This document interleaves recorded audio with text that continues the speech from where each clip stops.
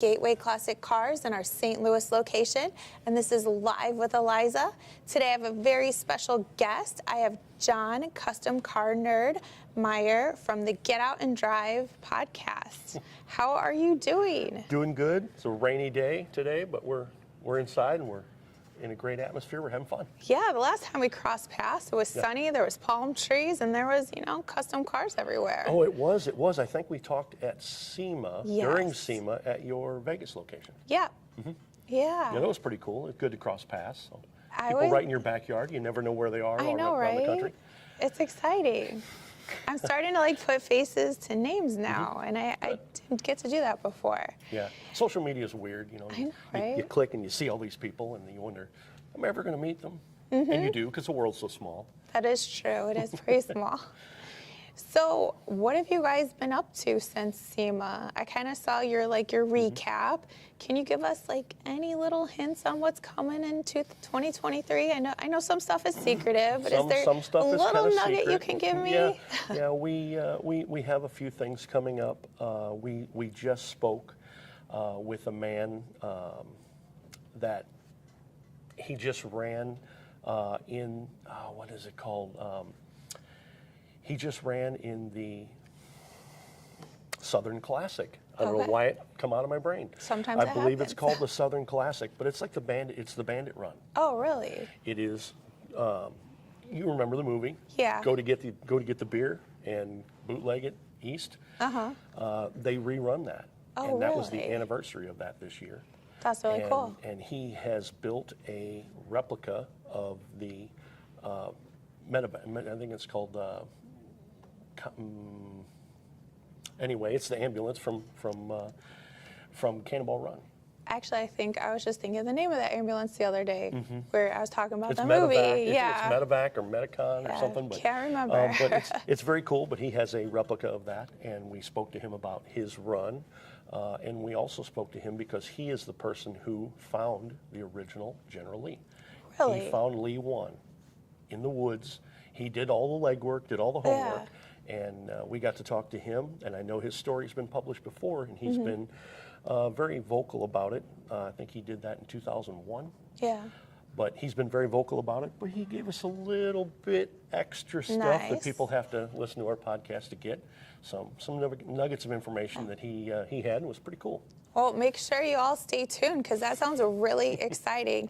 Actually, you know what? It's weird. Since I get to do all the research on the cars in here, and we have a drag car, and that's when I started finding out that there's a lot of cars that are just hidden in fields. Oh, hidden in fields and backwoods, and the hoarder mentality is with the boomer generation. The hoarder mentality has covered up cars, and they've got them rat-holed away. I know, it makes me want to just go investigate. It's my bucket list. I'm just going to go investigate one of these days, take a road trip. Maybe when my kid's a little older, and she'll probably want to do it with me. Exactly, So. exactly.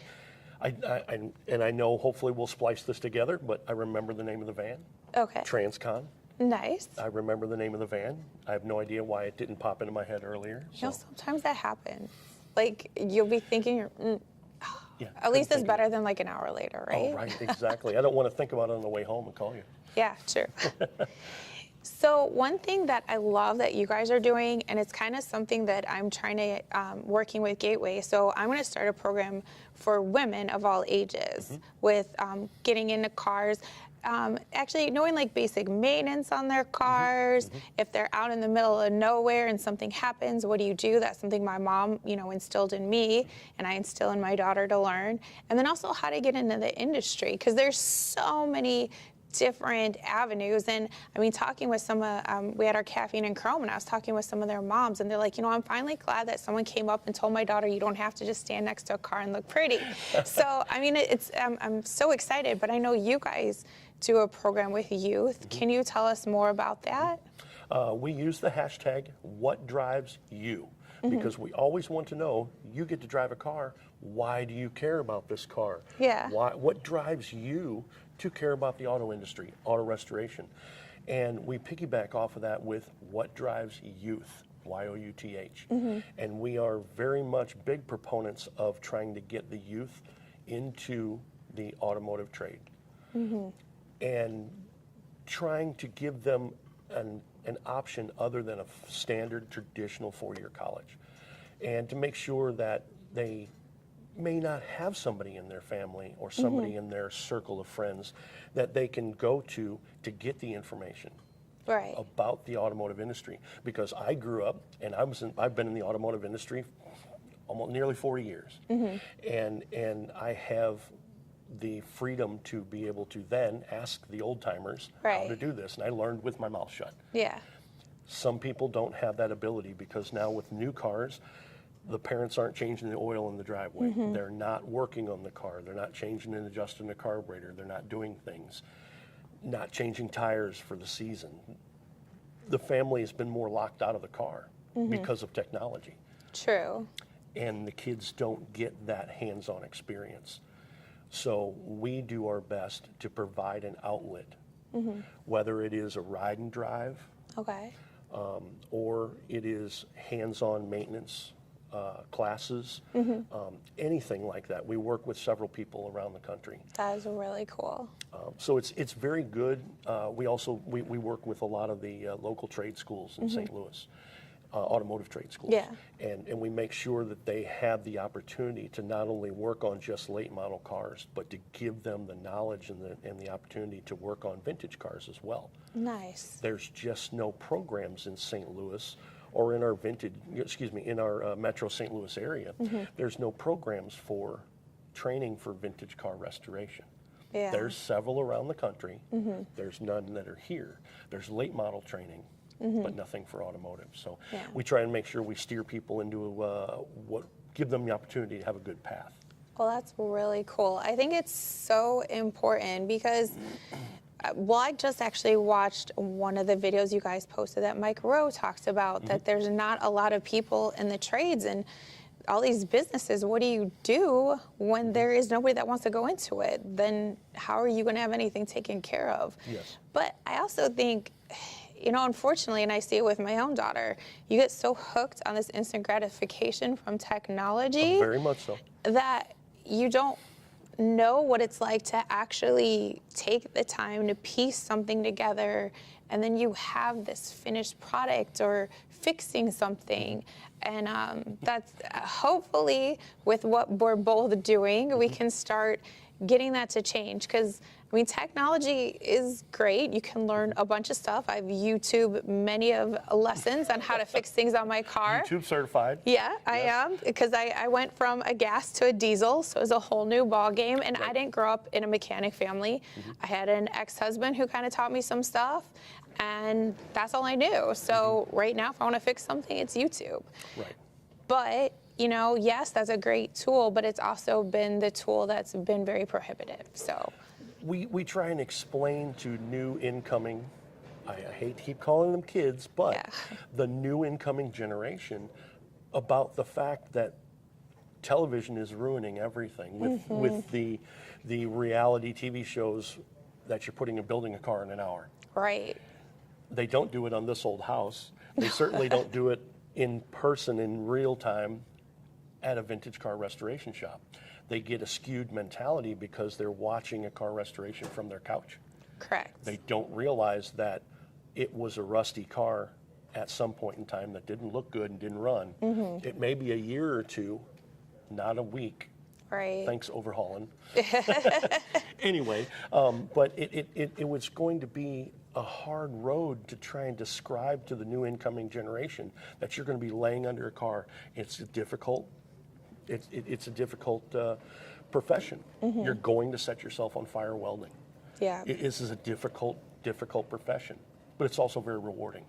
And I think showing the incoming generation that it is rewarding and showing them a shiny car like we have this Nova behind us, Yes.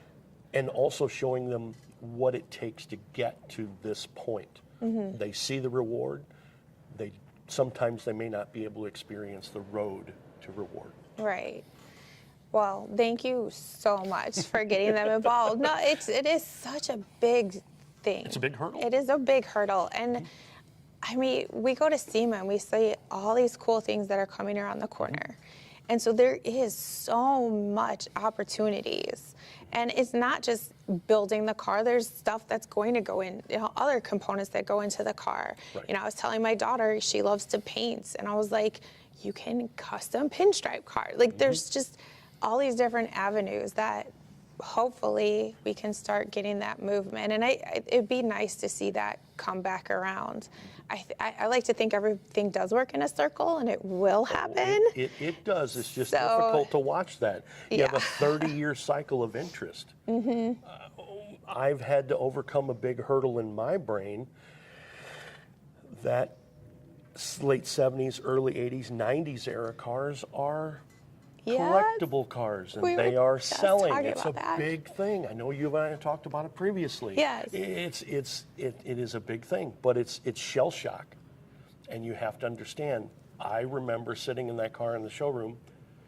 That doesn't mean that it's not a collectible car.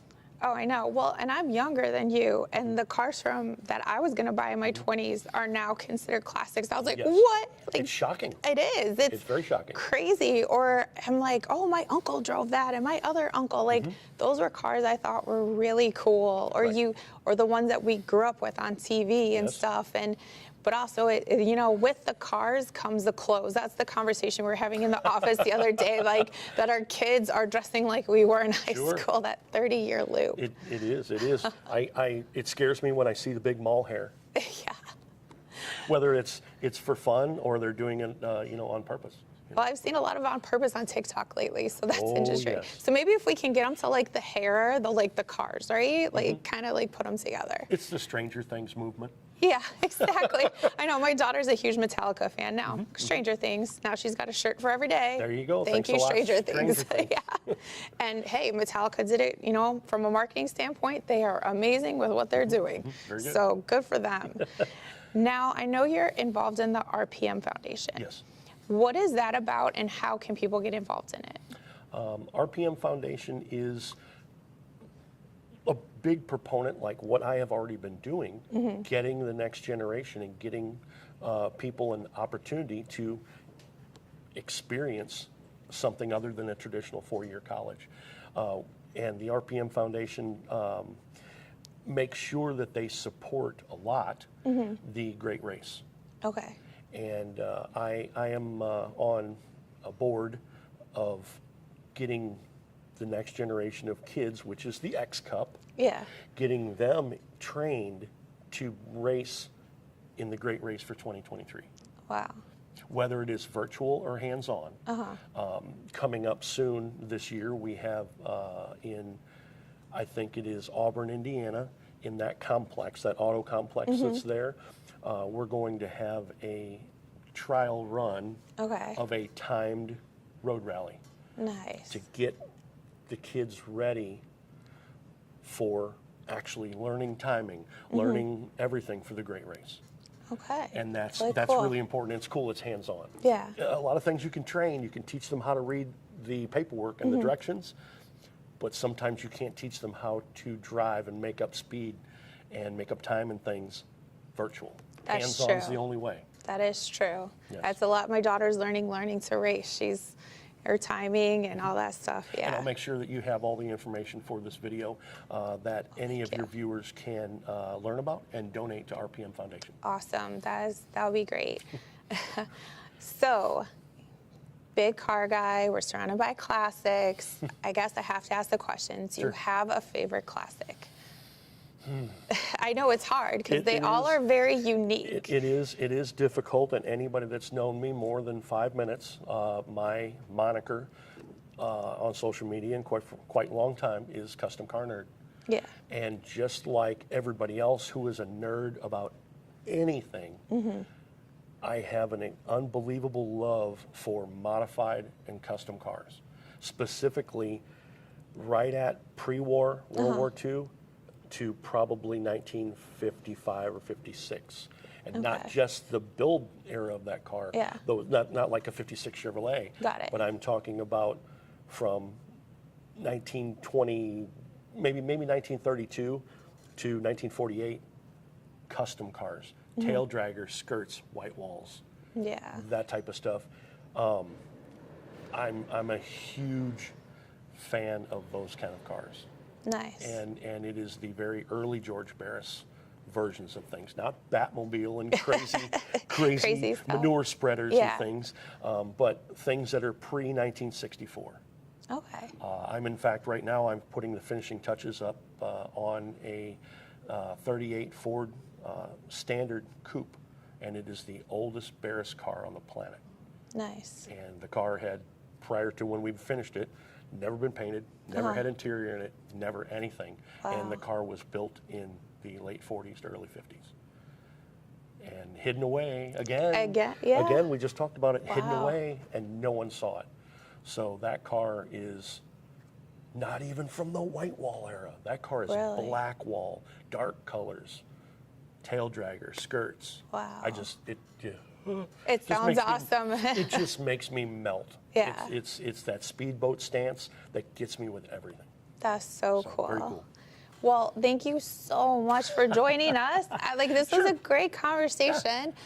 You guys, make sure you check out Get Out and Drive podcast. They're on Facebook, they're on YouTube. You're probably in other places. Every platform of social media, if you look up Get Out and Drive podcast, you'll find us everywhere. And podcast is available audio on every platform of podcast. And they are Easy to find us. hilarious. Like, I've been entertaining myself the past week getting ready for this interview. Thank you very much. So. Thank you very much. Yeah. It's nice hanging out with you. Well, I hope we can do this again. Sure. Awesome. All right, make sure you all join us next time for Live with Eliza at Gateway Classic Cars, where dreams are